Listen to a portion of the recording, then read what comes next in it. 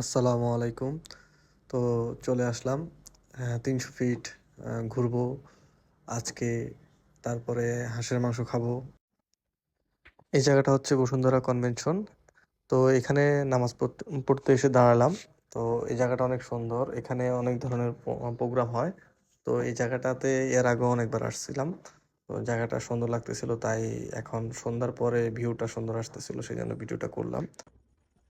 এটা হচ্ছে ঢাকার ভিতরে পূর্বাচল, ৩০০ ফিটের ভিতরে।